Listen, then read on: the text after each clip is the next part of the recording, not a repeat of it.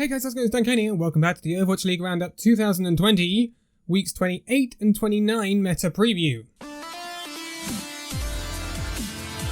So we have had 2 weeks of non-hero pool play in the Overwatch League. We are now not going to have a break after this tournament like we have had for the previous 2 tournaments. We are getting straight back into it with the rest of the teams catching up to the Guangzhou Charge, the Chengdu Hunters and Houston Outlaws with their 21 matches played. We are going to finish off the season in the next 2 weeks, over to week 28 and week 29. 2-week hero pools are a thing, and so this will be the last hero pool for the entire league season, as we will not see a hero pool during the playoffs when they come about. So, our final hero pool for the Overwatch League season 2020, what will it look like? Well, we've seen a lot of Genji recently, we've seen a lot of Dive recently, introducing a Zarya to bubble the Winston, or the Wrecking Ball that's going in generally a Winston a lot recently. And so we're expecting these sorts of heroes to be banned pretty much. Now, let's take a look at it then. Obviously, all of the heroes are back from when we had a previous hero pool in weeks 24 and weeks 25. During those weeks, Ana, Orisa, Mei, and Widowmaker were banned, and so they were not eligible to be banned again. And this means that Orisa is always going to be available. The question is, would there be something to take us away from the double barrier that we've seen a massive resurgence of since Orisa coming back? Well, as ever, we were going to start off with our supports, and the support to be banned for the last support to be banned for this season will be Brigitte. So, Brigitte has a pretty heavy part in the meta right now as the main support, the rally user, the protector of the back line. She's very, very good at Brawl. She's very good at protecting the backline from Dive, and that's why she's used so much right now. Will Brigitte being out of the hero pools have a massive impact? Not like some of the other heroes missing, no. Mainly because we're not expecting much Dive at all during weeks 28 and weeks 29 with the hero pool that will be in effect. So Brigitte won't have much to protect. She can be very good in a Brawl scenario though, and so this is where perhaps the Brigitte will be perhaps missing a little bit. However, if you want someone that's pretty similar in terms of usage, we could perhaps pick a Lucio here. Although we have been seeing a resurgence of double flex support recently, with a lot of Zenyatta Baptiste comps that have been kind of emerging alongside the Orisa and the Sigma, especially over the past 2 weeks. Zen got a little buff back along, and it's kind of propelled him into, not meta, I don't want to say, because it depends heavily on the comp you're running, but he's doing pretty well for himself right now, and it'll be interesting to see how the teams adjust. If I was a betting person, I don't think we will see much Lucio. I think we will see much more of the Zen Baptiste, simply because of what the other bans are, and how I think the meta is going to take shape over the next 2 weeks. But talking of the other bans, let's move on to our tanks then. And our tank to be banned will be Zarya. This is the first time Zarya has ever been banned. She's been receiving her highest play rate of the entire season recently, because he's being used in this new sort of dive comp. We're not seeing Winston Diva, which is what we would regard as traditional dive. We are seeing the Winston and the Zarya, with the Zarya bubbling the Winston as he goes in. This gives the Zarya an incredible amount of charge and allows her to rip through an enemy team given the chance. So Zarya has seen a pretty high pick rate recently, and the only time she's never really not used is when we see the Orisa Sigma. And it's been entirely sort of map based and team based on whether you run one or the other. So with Zarya being removed from the meta, I think we will see a dip in the dive usage. I don't think many teams will want to go down the route of running Winston Diva or Hammond Diva or Winston Hammond or however you want to mix up dive these days. I don't think a lot of teams will want to go down that route simply because the prevalence of Orisa Sigma, which will still be around, and considering the experimental card that's currently on live right now, we won't be seeing that anytime soon, which contains heavy nerfs to Sigma and Orisa. And so I don't expect anything else but double barrier to be the tank line for the next 2 weeks. That will have some great effects for some teams and some not so great effects for other teams. We will take a look at that in a minute, but I want to move on to our DPS because they'll also have a massive impact on what we see. So In terms of basically just completely throwing dive out of the window, the 2 DPS to be banned for the next 2 weeks will be Tracer and Genji. Our 2 classic dive-based flanking heroes will not be around. Tracer has seen pretty high usage recently. She's been used alongside a Sombra, alongside a Genji, and she's seen pretty good effectiveness.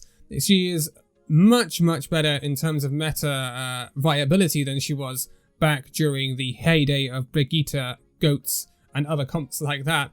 She's certainly seen a little bit of a renaissance recently.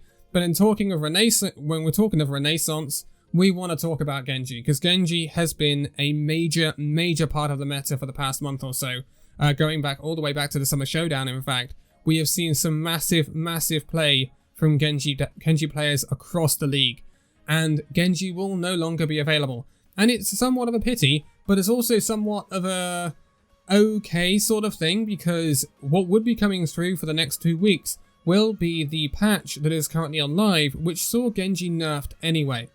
And so we may have expected Genji to not feature as heavily due to that fact. But Genji will not be, he will not be featuring at all. So again, this will have significant, it's almost like a buff and a nerf for different teams. Some teams will benefit from not having the Genji around. Some teams will not benefit from not having the Genji around. So let's talk about that then. When we look, I'm not going to concern myself too much with Brigitte or that, because, well, Brigitte is pretty interchangeable with a Lucio. If you can run you shouldn't be a Brigitte one-trick team. I don't think there's any team in the league right now it is a one-trick team that we need to see on the Brigitte. I don't think there's any team like that right now. If we said earlier in the season it might have been a Mayhem, well, Chris looked a bit better on the Brigitte than he did on the Lucio, but I don't think that's the case right now, so I'm not too worried about Brigitte being out of the pool for a lot of teams. Zarya, however, I think this is a rough one a little bit for Seoul Dynasty. They've been looking good on that pick, especially with Toyu just coming in as well. That's really rough because he's a Zarya specialist. We've seen a lot of teams like NYXL actually really pick up the Zarya Winston comps. And we know how good NYXL and how much NYXL love dive. And this is going to really, really hurt them, I think. They'll be forced probably back to the Orisa Sigma. And I don't think that's something they really want. I don't think they'll be absolutely trash on it, don't get me wrong. But yeah, I think it's a rough one for NYXL. In terms of like the San Francisco Shock, I think they will be fine. I think it's perhaps a little bit of a rough one for Paris. I think it's a little bit of a rough one for... No, actually, it's fine for Philly. It's fine for Florida, which is quite interesting. One team that it really would have hurt would have been the Chengdu Hunters, but yeah, Chengdu Hunters aren't playing. Also, a team that it would have benefited a lot because of Orisa Sigma would have been Guangzhou Charge, and we're not going to see them either. So it's a rough one for Guangzhou Charge. They would have loved this hero pull back a couple of weeks ago, but yeah, it's a rough one for them. In terms of the Tracer and the Genji, I think there is one team that stands out above all else that will suffer from not having Genji in the meta, and that is the Paris Eternal. It depends what we see in substitute of these picks, obviously, but we want to see Sparkle. If you're a Paris Eternal fan, you want to see Sparkle on either the Doomfist or the Genji. By far his 2 most strongest heroes. Most strongest, that's not even English, but we'll go with it. So it's going to be rough unless Doomfist magically comes into the meta, which I'm not really expecting. So yeah, I think that's going to be a little rough. In the DPS meta, I'm not sure what's going to emerge. We've still got Ashe, so I expect Ashe to still be pretty strong. We've still got Widow, so she's going to be pretty strong. But in terms of who's going to play in what's going to be played in that Genji, maybe certain maps we will see May. In terms of what else, maybe we can't even go to the Tracer Widowmaker because Tracer's not there as well. What we could see is Sombra. And we've seen a rejuvenation of Sombra in recent weeks. So it could be that we turn to Sombra Ashe or Sombra Widowmaker, which would be pretty interesting. I think that would mean that Sparkle will be dropped at the Paris Eternal. I think that would be pretty strong for people like the Shanghai Dragons. I think also, going back to the tank meta, I think this is a massive, massive boon for the London Spitfire, who, let's be honest, looked goddamn awful with J-Mac on the Winston. We are not expecting any Winston play, with Zarya being out of the meta, so this means that London Spitfire can go back to the Orisa Sigma, and, well, JMac at least looks a quarter of good on the Orisa, although I would like to see a Jihan in instead. Smile.